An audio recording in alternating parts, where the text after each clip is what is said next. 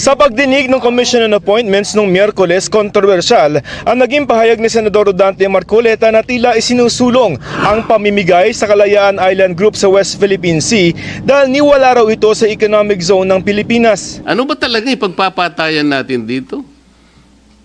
We will offer our lives, including the lives of our children, and to die for it, for something that is not even within our EEZ.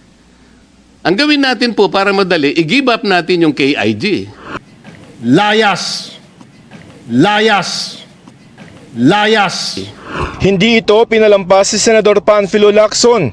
So atin yung Kalayaan Island Group.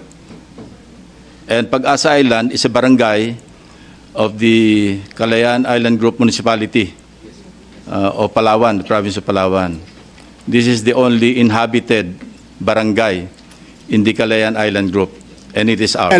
Muling iginiit ni Ontiveros ang paninindigan na hindi dapat isuko ang isla. We will never give up Pag-asa Island kahit hindi senador, bawat Pilipino ay magsasabi niyan. Siyempre nakaka-offend. Challenge nila yung ating Philippine Coast Guard at saka Philippine military aircrafts. At talagang inaangkin nila na kanila itong bahagi ng karagatan natin. Pero mas maganda pumunta sila at masaksiyan lang, hindi lang yung marinig nila sa mga balita, lalo na paliwanag ng ating mga dignitaries, no? Mga experts sa maritime law. Maunawaan nila na ang Pag-asa ay atin. Alam niyo naman po na nakakatanggap ng mga text messages sa Barkap to China. Alam niyo na rin yung mga radio challenges. Pero anong difference na na-experience niyo mismo? Ibang klase pa rin. Makita mismo sa cellphones ng mga kasama namin sa Philippine Coast Guard plane. Yung lumalabas dun sa upper left ng cellphone monitor, yung Chinese characters. At yung mga text messages na welcome to China. Totally unacceptable. Para ang China na lang ang hindi pa nakatanggap ng memo. Kaya text sila ng text ng ganyan at radio challenge sila ng radio challenge habang kami po ay palipad dito.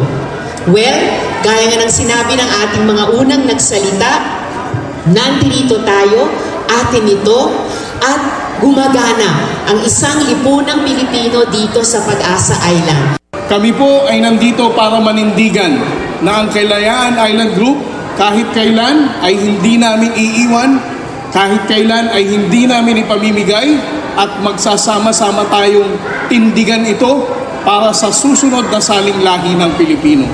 My governance, my enforcement, my infrastructure, my basic services, my local government, my schools, my civilians, my lahat ng component, kompleto po. No question about it. The Philippines has effective governance and ownership of the municipality of Kalayaan, especially Pag-asa Island. Atin po ito.